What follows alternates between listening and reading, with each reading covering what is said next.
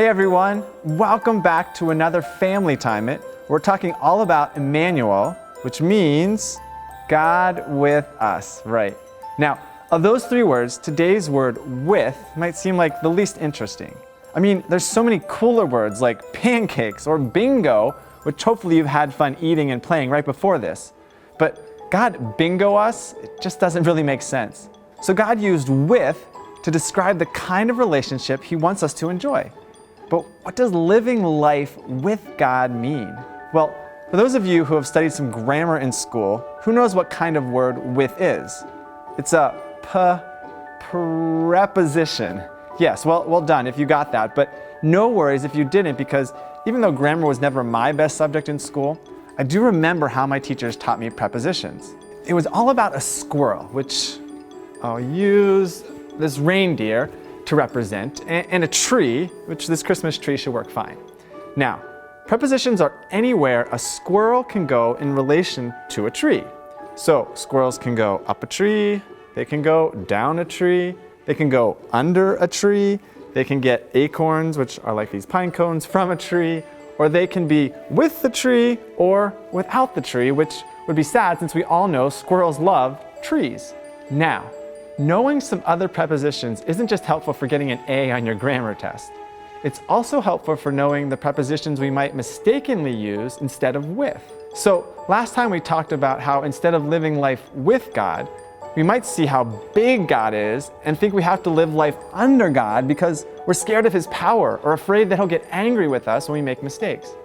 But we learn that He's so tender and kind and patient and loving that we don't need to fear Him like that at all. But there are two other prepositions we can easily use instead of with that I think we need to look at today. One is without, and the other is from. Doing life without God or just wanting stuff from God are both tempting but problematic ways to live. And to help explain why, let's hear another one of the craziest cases from 2020. Greetings friends, James Spyrock Holmes here from the Spyrock Detective Agency. My partner Nancy Clue shared a brilliant story to kick off our craziest cases of 2020 series, and I've got another one I'm quite pleased to share as well. I call it the case of Donnie's Double Donut Thief. Donnie's Donut Cafe is by far my favorite place to get pretty much any meal. Blueberry donuts for breakfast, their grilled ham and cheese with mustard sandwiches for lunch, gotta have the mustard, and he makes the best chicken noodle soup that I love to grab whenever I need a quick dinner. But along with the food, Donnie is just a wonderful host who always makes me feel so welcome when I come by. So, when I heard that Donnie wanted to support some of the frontline workers and people who lost their jobs during COVID with a free Fridays lunch offer, I was happy to go volunteer and help out. Little did I know how much my services would be needed. When I showed up the first Friday to serve the free lunches Donnie had made, he was looking around frantically for 3 boxes of donuts and 6 sandwiches that he said were missing. I helped him search, but he couldn't find them anywhere. I figured Donnie must have just miscounted, until the same thing happened the next Friday. Then I realized Donnie needed a detective. Lucky for him, he had me, James Spyrock Holmes, at his service. After a short interview with Donnie about his routine of making the extra free food on Thursday night and then locking them up until he came back first thing Friday, I decided this case would start with a sleepover. So the next Thursday night, Donnie again stayed late and made all the donuts and sandwiches, but then, before he locked up, he quietly opened the back door and let me in with all my sleepover gear. Oh, and Nancy Clue thinks she's faster than me at the candy cane quick change? I'm not so sure though. Observe this change to my sleepover gear. Brilliant, right? I dress like Scooby-Doo, one of the greatest cartoon detectives ever, so that even when I'm sleeping, I can still keep my detective focus. But I hardly needed any sleepover gear, because it didn't take long before I heard something in the front of the store. It was one of the bathroom doors. Then, I heard footsteps coming near. I hid behind a table and watched as a girl about 15 years old come in the back room with a bag and started filling it with donuts and sandwiches. I snuck up behind her and yelled, "Freeze!" She was so startled, she threw the bag in the air and tried to run for the back door. Usually it would open from the inside, but yesterday I changed the lock, figuring that was how the thief had been escaping. While she ran for the back exit door, I ran out and closed the back door and locked it. I did a quick change and then called Donnie and told him I had caught the thief. Donnie came over right away and we questioned the girl. Her name was Annie and her parents had both lost their jobs during COVID. She heard about Donnie's free Friday lunches, but she didn't want free stuff. Instead, she wanted to just steal the food by hiding in the bathroom until Donnie left and then taking whatever she wanted. Well, I thought the case was closed. I left Donnie with Annie and figured he would call the police and they would take it from there. Which is why I was shocked the next morning when I went in for my blueberry donut and saw Annie wiping down tables. I asked Donnie why she was there and he said she was his newest employee. That didn't seem like a great idea, but I figured Donnie knew what he was doing. Unfortunately, 2 weeks later, Donnie called me and reported that he was missing 3 boxes of donuts and 6 sandwiches every day. He wanted me to take the case and find out who was taking them. I told him it was obviously Annie, who was now stealing every day since Donnie had hired her to work there and she had easy access. Donnie said he still wanted proof and asked if I could find a way to get some, so I decided this time I would just dress up like a taco and hide in the sandwich section until someone stole me. Okay, just kidding. I actually just asked my friend Marty McSmarty, who helped me set up a hidden camera that recorded the donuts and sandwiches all day and night. Sure enough, it only took a day for me to get a video of Annie stealing the food while Donnie was in the back grilling sandwiches. I called Donnie and I told him I had the proof he wanted. He then gave me Annie's address and asked me to go get her and meet him at his house. While we were walking over to Donnie's, I told her what I had found and I asked why she would keep stealing from someone who had tried to be such a forgiving and kind friend to her. She said she liked Donnie and thought he was a nice guy, but all she wanted from him was his food. I figured that was it and Donnie would have to fire her and call the police. But when we got to Donnie's house, he invited us for a picnic dinner with his family. And this wasn't just any dinner. Donnie had prepared all of our favorites just perfectly. For me, a grilled ham and cheese with mustard, chicken noodle soup, and blueberry donuts for dessert. For Annie, grilled peanut butter and bananas, just the way she liked it, extra spicy turkey chili, and 3 boxes of donuts since that's what she always took. I was so confused about it all, but I was also really hungry and so was Annie. So we ended up eating and chatting and even laughing with Donnie and his family as we all ate together. By the end, I was sad Donnie would have to fire Annie and call the police, but I knew I had to show the video with the proof that she was the thief. Again! After we watched it, Annie just sat there silently, ready to be in a ton of trouble. But then Donnie said something I'll never forget. He turned to Annie and said, "You know, I'm happy to just have you take food from me to help you and your family during this time. But what I'd really love as well is to be friends and have you eat dinner with us at least once a week." Annie couldn't believe it. She started crying and then asked if her family could join Donnie's family dinner sometimes too. She said she was so amazed by how wonderful it was not to just take food from Donnie, but to enjoy eating it with him and his whole family. And from there, Donnie and Annie became great friends. Donnie is helping Annie's family with food and even some job leads. And Annie is now one of Donnie's best employees who we can trust with anything. So that is the case of Donnie's double donut thief. I wasn't sure about having to catch the same thief twice, but after seeing what Donnie did to help Annie, all I have to say is brilliant. I agree with Spyrock. That was brilliant. And brilliance was definitely needed because did you see how Annie made both of the mistakes I mentioned earlier? First, she stole free donuts and sandwiches because she didn't want others' help. She wanted to just help herself. And that's just like the way we all sometimes try to live life without God. Sure, we might go to church sometimes, we have some fun at Kids Rock or youth group too, and hear all about the good gifts that God has for us and His invitation to trust in Him. But then we go home and choose to just do everything on our own. Even when we're really little, we love to say, "I do it myself." That's a great thing for learning to tie your shoes or get dressed on your own. But sometimes refusing support never goes away. Or it kicks back in when we're teens and causes us to miss out on so many ways God and His people can help us.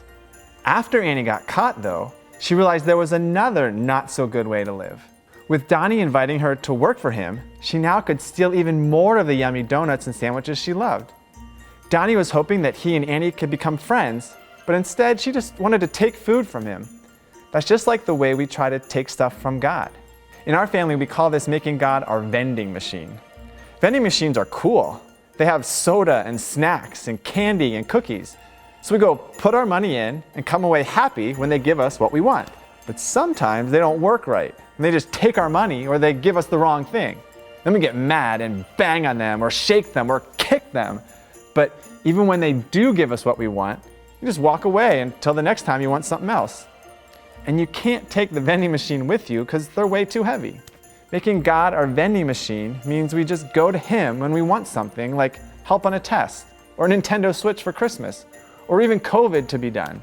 If we get it, we take it, maybe without even thanking Him. And if we don't get it, we just get mad until He gives us something else we want. But either way, we don't do life with Him, we just want stuff from Him. Sadly, I've tried to do life without God and tried to take stuff from God like He's my personal vending machine way too often. How about you? Let's take a few minutes to talk about these questions.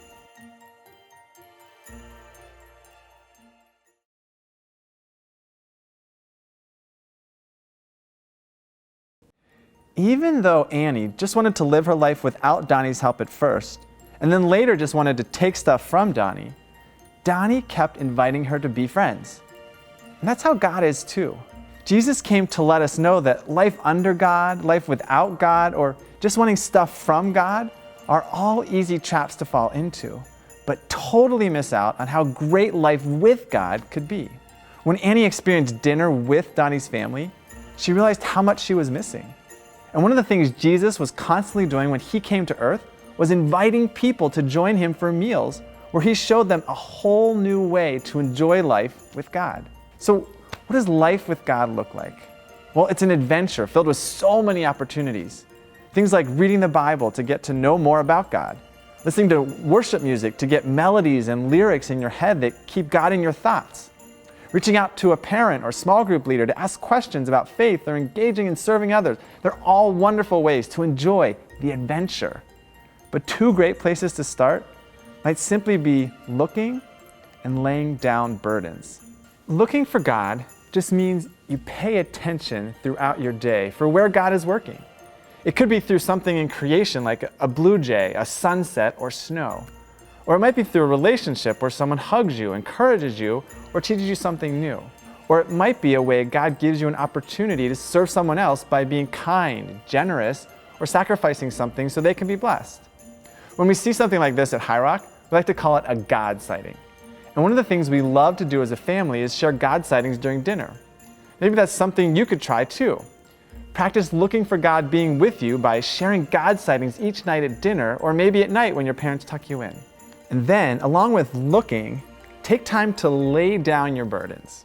Instead of just praying to God like He's a vending machine, talk to Him about what's on your heart and trust that He is with you in whatever you're going through. One of our favorite ways to do this at High Rock is through palms up, palms down prayer. So to close our time today, I'd love to lead your family in that.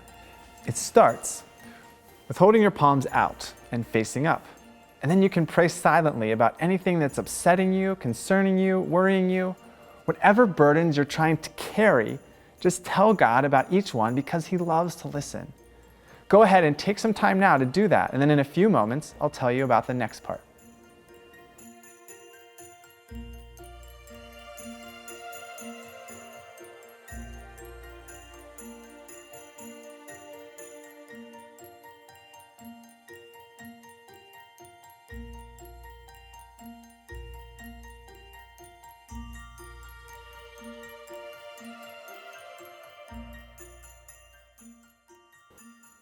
Next, turn your palms down, imagining that all those worries and burdens you were trying to carry on your own are now being given to God, who is more than big enough to handle all of them.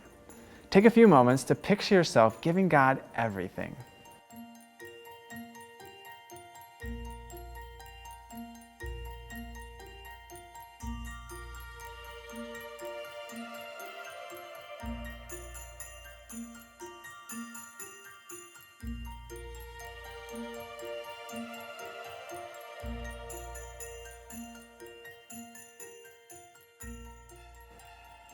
Then at the end, I like to turn my palms up again and receive God's love for me while also telling God that I love Him and want to do life with Him, not just on my own. I'll pray this for all of us here, but you can do this on your own too. God, we love you, and we thank you that you love us and want to be with us. Help us to do life with you today and follow you and enjoy all the many ways that you want to guide us and lead us and bless us. Pray this in Jesus' name, amen. And now you know how to do palms up, palms down prayer. And you can do that as a family or on your own anytime. Plus, have fun with God sightings too, and I'll bet you'll start enjoying life with God in some really cool new ways. And that does it for today. But next time we'll talk about us, and specifically how to handle things that aren't going well in relationships, particularly at home. Candy Cane has a great story to share about that, so I look forward to having you back. Until then, go with God, friends.